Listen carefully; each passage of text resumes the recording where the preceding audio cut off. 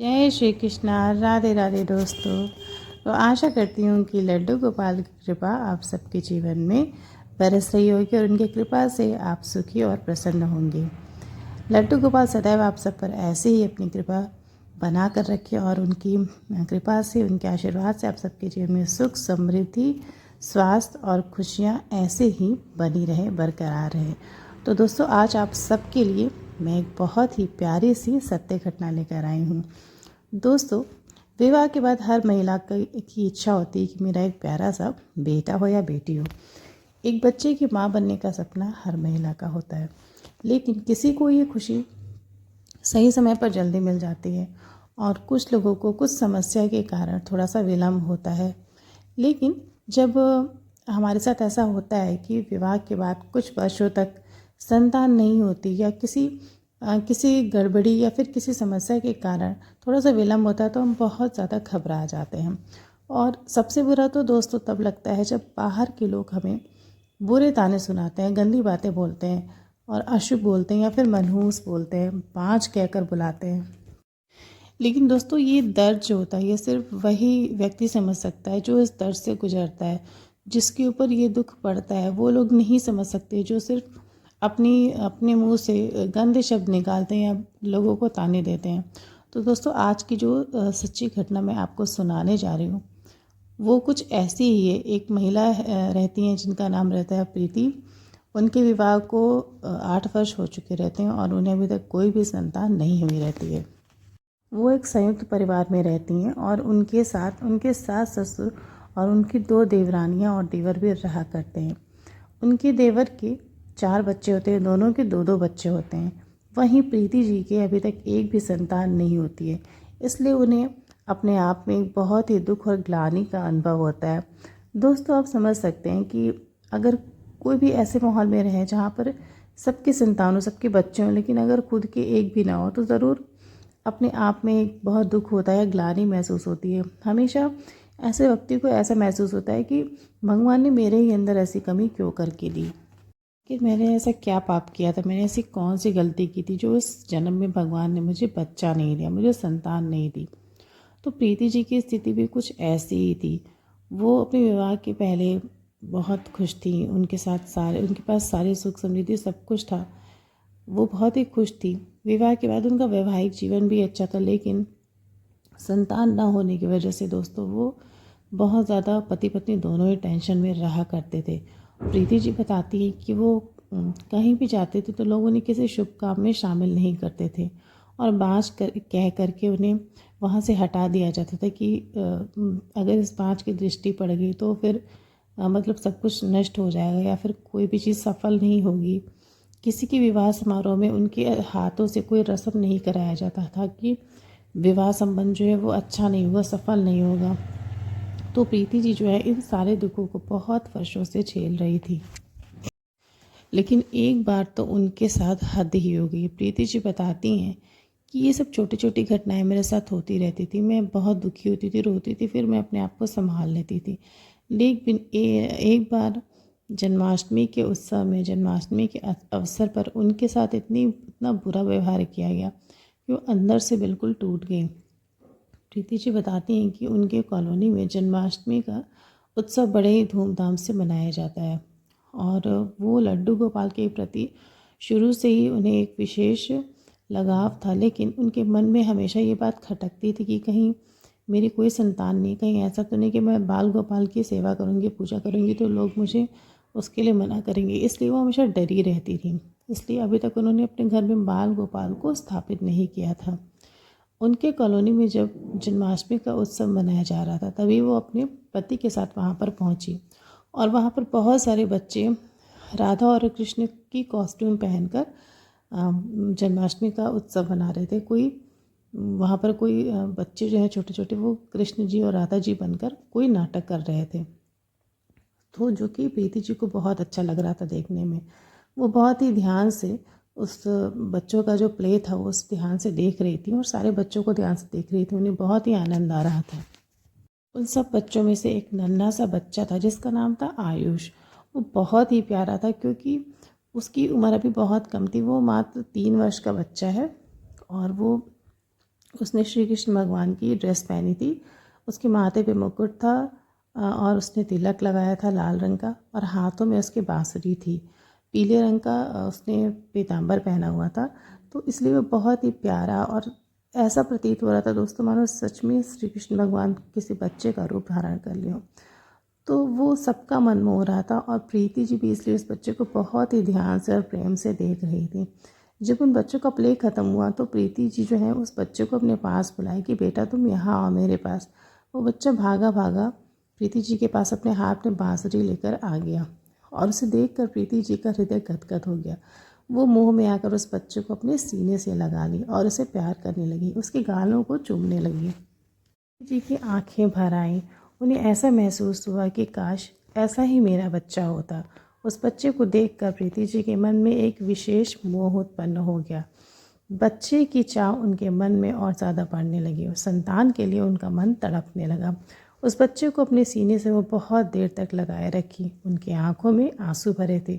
5 minute बाद जब उन्हें ध्यान आया तो उन्होंने देखा कि वो उस बच्चे को ज़ोर से अपने सीने से चिपकाई हुई हैं। तभी उस बच्चे आयुष की माँ की नज़र प्रीति जी पर पड़ती है, और वो बहुत ज़्यादा क्रोधित होती हैं ये देखकर कि एक बाँझ औरत उनके बच्चे को अपने सीने से चिपकाई हुई है। आयुष की माँ बहुत गुस्साती हुई, तमतमाती हुई, आग बबूला होती हुई प्रीति के पास आई और ज़ोर से आंखें निकालकर प्रीति को बहुत ज़ोर से डांटा कि प्रीति ये तुम क्या कर रही हो। प्रीति अचानक से चौंक गई और उसने आयुष को छोड़ दिया। वो घबरा गई कि भाभी जी क्या हुआ, आप इतना ज़ोर से क्यों चिल्ला रही हैं। तभी आयुष की माँ गुस्साते हुए प्रीति से बोली कि तुम्हारी हिम्मत कैसे हुई मेरे बच्चे को हाथ लगाने की। प्रीति घबरा गई, पूछी कि भाभी आप ऐसे क्यों बोल रही हैं। आयुष बहुत प्यारा लग रहा था, बिल्कुल भगवान श्री कृष्ण का रूप लग रहा था, इसलिए उसे देखकर मुझसे रहा ना गया और मैं उसे स्नेह करने लगी, प्यार करने लगी। आयुष की माँ क्रोध में बिल्कुल लाल हो गई थी और उन्होंने ज़ोर से प्रीति को ताना सुनाते हुए बोला, एक बाँझ होकर तुम बच्चों के ऊपर अपनी नज़र डाल रही हो, तुम्हें शर्म नहीं आती। इसीलिए भगवान ने तुम्हें बच्चा नहीं दिया। ये बात सुनकर प्रीति जैसे उसके पैरों तले ज़मीन खिसक गई। उसे ऐसा लगा मानो उसकी दुनिया तहस नहस हो गई। उसे ज़ोर से चक्कर आने लगे, वो बिल्कुल घबरा गई, पसीने आने लगे उसे। ऐसा मानो कि उसका ब्लड प्रेशर अचानक से बढ़ने लगा, क्योंकि ये उसकी कमी थी, और किसी की भी कमी अगर आप सबके सामने इस तरह से बोल दो तो उसे बहुत दुख होता है। प्रीति का दिमाग बिल्कुल चकरा गया। उसने अपने आप को बहुत मुश्किल से संभाला और आयुष की माँ से बोला कि भाभी आप इस तरह से क्यों बोल रही हैं। मैं एक बच्चे के ऊपर अपनी बुरी नज़र कैसे डाल सकती हूँ। बच्चे तो साक्षात भगवान का रूप होते हैं और उन्हें तो कोई भी स्नेह कर सकता है। ऐसे ही मुझे आयुष बहुत प्यारा लगा तो मैंने उसे प्यार कर लिया। अगर आपको बुरा लगा हो तो मैं आपसे हाथ जोड़कर क्षमा मांगती हूँ, लेकिन कृपा करके आप ऐसे शब्द मेरे लिए यहाँ पर सबके सामने ना निकालें। मुझे भी बहुत दुख होता है जब मुझे कोई बाँझ बोलता है।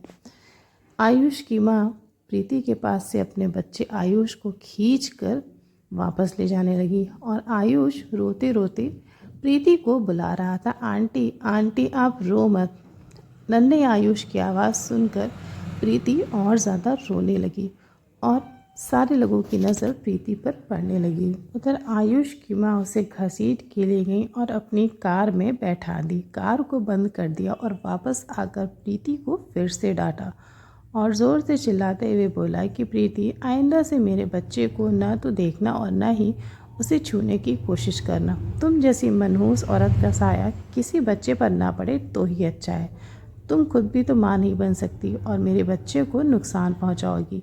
इतना बोलकर आयुष की माँ अपने बच्चे को लेकर घर चली गई। प्रीति वहीं पर बैठी बैठी बहुत रोई। सारे लोग ये घटना होते हुए देख रहे थे, लेकिन किसी ने भी प्रीति को वहाँ आकर सांत्वना नहीं दी, क्योंकि उन सारे लोगों की बुद्धि भ्रष्ट थी। दोस्तों, हमारे समाज में बहुत बुरी सोच लोगों के अंदर है कि अगर कोई माँ नहीं बन सकता तो उसे गलत नज़र से देखना, उसके बारे में गलत सोचना। दोस्तों, कभी भी किसी की इंसान के अंदर जो कमी होती है वो उसे भगवान देते हैं, लेकिन ये भी जान लीजिए कि भगवान कब किस पर कृपा कर दें, किसके जीवन में चमत्कार करती ये हम भी नहीं जानते, कोई नहीं जानता। इसलिए कभी भी किसी को बुरी बात बोलना या ताने सुनाना बिल्कुल भी अच्छा नहीं है। तो प्रीति वहाँ बैठे बैठे बहुत रोई। उसे जो दुख हो रहा था दोस्तों, उसे हम महसूस नहीं कर सकते। उसे सिर्फ वही महिला महसूस करती जो उस दुख से गुजर सकती। सारे लोग वहाँ से धीरे धीरे अपने अपने बच्चों को लेकर चले गए और सब प्रीति को ध्यान से देखते और घूरते हुए जा रहे थे, मानो उसने कोई बहुत बड़ा गुनाह किया हो। प्रीति वहाँ पर बहुत देर तक बैठी रही, चुपचाप, बिल्कुल वो किसी से भी नहीं बोल रही थी। उसकी आंखें बिल्कुल लाल थीं और उनमें आंसू भरे थे। तभी प्रीति का पति वहाँ पर आया और पूछा कि तुम क्यों रो रही हो। प्रीति ने पहले तो उन्हें कुछ नहीं बताया, लेकिन जब वो बहुत रोने लगी तो प्रीति के पति राकेश ने उससे बार बार पूछा। फिर प्रीति ने अपने पति राकेश को सब कुछ बताया। राकेश उसे बहुत समझाया और बोला कि जाने दो, सब कुछ भगवान पर छोड़ दो। जब वो चाहेंगे तभी हमारे जीवन में संतान आएगी, बच्चे का सुख मिलेगा। अपनी पत्नी को सांत्वना देते हुए वो घर चलने के लिए बोलने लगा। प्रीति उठकर घर जाने लगी। तभी वो एक बहुत ही शिकायत भरी नज़र से भगवान की तरफ देखने लगी, श्री कृष्ण जी की तरफ, और उनसे भरी हुई आंखों से बोला कि प्रभु, मैंने ऐसे क्या पाप किया था, तुमने मुझे इस जन्म में बाँझ बनाया। आखिर मैंने कुछ ऐसे कर्म किए होंगे जो तुमने मुझे ये दिन दिखाया। क्या किया था मैंने, मुझे बस यही बता दो कि मेरी गलती क्या है। क्या सच में मैं कभी माँ नहीं बन सकती? मैं खुद पापन हूँ, अपने माँ ना बन पाने की जिम्मेदार क्या मैं खुद हूँ? तुम सबको संतान देते हो, सबको बच्चे देते हो, लेकिन मुझे तुमने क्यों नहीं दिया? मेरे साथ तुमने कमी क्यों कर दी प्रभु? प्रीति इस तरह से अपने भगवान से शिकायत करते हुए भारी आंखों से वहाँ से जाने लगी। तभी उसकी नज़र वहाँ नीचे रखे एक छोटे से बाल गोपाल पर पड़ी। बाल गोपाल पर नज़र पड़ते प्रीति के कदम अपने आप वहाँ पर रुक गए और उन्हें देखकर उनके पैरों को हाथ से छूकर वो बहुत रोई। मन ही मन बोली कि प्रभु, मैं आपकी सेवा करना चाहती हूँ, लेकिन शायद मेरे भाग्य में आपकी सेवा भी नहीं है।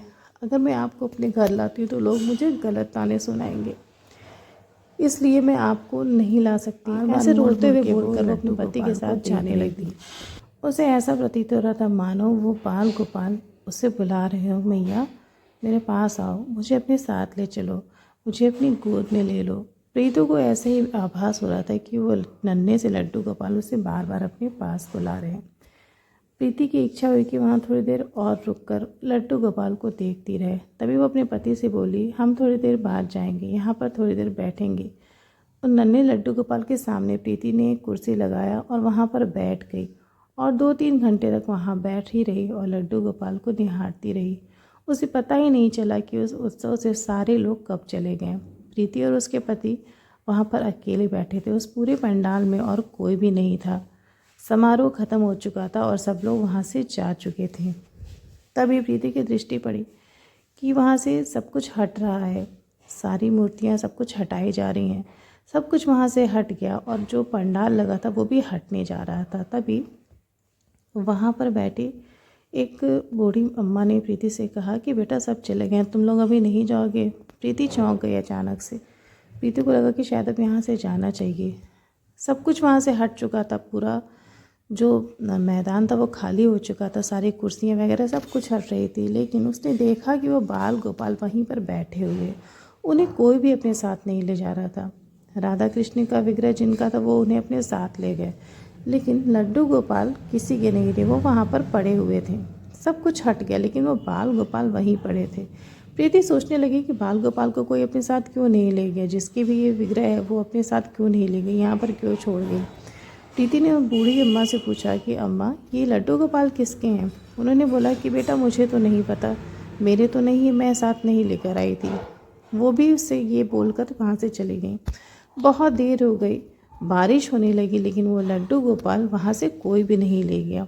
नन्हे छोटे से लड्डू गोपाल बेचारे अकेले वहाँ पर बैठे रहे। ज़ोर की बारिश आने लगी और लड्डू गोपाल भीगने लगे। तभी प्रीति को लड्डू गोपाल की ये दशा देखी नहीं गई और वो जाकर जल्दी से नन्हे बाल गोपाल को उठाकर अपने आंचल में छुपा लेती है। उनके शरीर पर लगे बारिश के पानी को अपने आंचल से पोंछती है और अपने सीने से लगा लेती है। तभी अपने पति राकेश से बोलती है कि राकेश, मैं नन्हे लड्डू गोपाल को यहाँ नहीं छोड़ सकती क्योंकि ये बारिश में भीग रहे हैं। पता नहीं कौन निष्ठुर व्यक्ति जो उन्हें इस दशा में यहाँ पर छोड़ गया। मैं इन्हें अपने साथ लेकर चलूँगी। वहाँ से छोटे लड्डू गोपाल को प्रीति अपने घर लेकर आ गई और अगले दिन से उसने अपने लड्डू गोपाल की सेवा शुरू कर दी। दोस्तों, अब वो लड्डू गोपाल तो प्रीति के साथ उनके घर आ गए, लेकिन वहाँ पर वो किसके साथ आए थे, कौन उन्हें लाया था, ये आज तक कोई भी नहीं जान पाए कि वो बाल गोपाल किसके थे। शायद ऐसा कहना ठीक होगा कि लड्डू गोपाल स्वयं प्रीति के लिए वहाँ आकर बैठे हुए थे, जो उनके साथ उनके घर चले आए। अगले दिन प्रीति लड्डू गोपाल की सेवा शुरू कर दी। उनके परिवार वालों ने उसका बहुत विरोध किया कि तेरे कोई भी संतान नहीं, तू मत कर लड्डू गोपाल की सेवा, तुझे दोष लगेगा। लेकिन प्रीति को अब बाल गोपाल की प्रेम की एक वो लग चुकी थी आसक्ति, वो उन्हें नहीं छोड़ना चाह रही थी। वो नन्हे गोपाल को प्रीति ने अपना बालक, अपनी संतान मान लिया और रोज़ अपनी संतान की तरह अपने बच्चे की तरह उनकी सेवा शुरू कर दी। दुनिया में किसी भी चीज़ से वो उतना स्नेह नहीं करती थी जितना लड्डू गोपाल से करने लगी थी। उस विग्रह में अब प्रीति के प्राण बसने लगे थे। तो दोस्तों, वो लड्डू गोपाल किसी के नहीं थे, वो स्वयं प्रीति के ही लिए वहाँ पर प्रभु स्वयं चल के आए थे, जो प्रीति के साथ उसके घर आ गए। तो अपने भक्तों के साथ ना लड्डू गोपाल ऐसे चमत्कार किया करते हैं जिससे भी उन्हें सेवा लेनी होती वो स्वयं उसके पास चल के आ जाते हैं। तो प्रीति लड्डू गोपाल की सेवा बहुत ही मन से करने लगी। और दोस्तों, आपको विश्वास नहीं होगा, लड्डू गोपाल की सेवा करते करते 5 महीने के बाद प्रीति गर्भवती हो गई। और इस बात को उसे स्वयं भी विश्वास नहीं हो रहा था, क्योंकि उसे बहुत सारे डॉक्टरों ने बिल्कुल जवाब दे दिया था कि आप अब माँ नहीं बन सकती हैं, आपकी उम्र ज़्यादा हो गई है, आपके विवाह को काफ़ी वर्ष हो चुके हैं, जो आपके शरीर में हार्मोन्स हैं जो प्रेगनेंसी के लिए ज़िम्मेदार होते हैं वो हार्मोन्स बनना बंद हो गए हैं, इसलिए आप माँ नहीं बन सकती हैं। डॉक्टरों ने तो इतना भी बोला था कि IVF तकनीक से भी आप बच्चे को जन्म नहीं दे सकती। इसलिए अपनी गर्भवती होने पर प्रीति को विश्वास नहीं हुआ। उसने अपने पति से बताया, वो भी बहुत ज़्यादा आश्चर्यचकित हुए, लेकिन पति पत्नी इसे लड्डू गोपाल की कृपा समझकर बहुत प्रसन्न हुए। प्रीति के पति राकेश ने बोला कि देखो प्रीति, हमारे ऊपर लड्डू गोपाल की ही कृपा है, अन्यथा वो वहाँ पर उत्सव में तुम्हें कैसे मिल जाते, आज तक नहीं पता चला कि वो लड्डू गोपाल किसके हैं। और देखो, तुमने उनकी सेवा की और जो हमारे भाग्य में नहीं था वो भी आज हमें मिल गया। प्रीति डॉक्टर से मिली और डॉक्टर ने भी उसे निश्चित किया कि हाँ, तुम गर्भवती हो। इस ससुराल में सभी लोग उसकी गर्भवती होने की खबर से बहुत प्रसन्न हुए, खासकर उसकी सास जो उसे रोज़ ताने सुनाती थी। उसे एक बेटी की तरह प्यार करने लगी, उसका बहुत ख्याल रखने लगी, क्योंकि उनका पोता इस दुनिया में आने वाला था। कुछ महीनों बाद प्रीति ने एक प्यारे से बच्चे को जन्म दिया, जिसकी शक्ल बिल्कुल उसके बाल गोपाल से मिलती थी।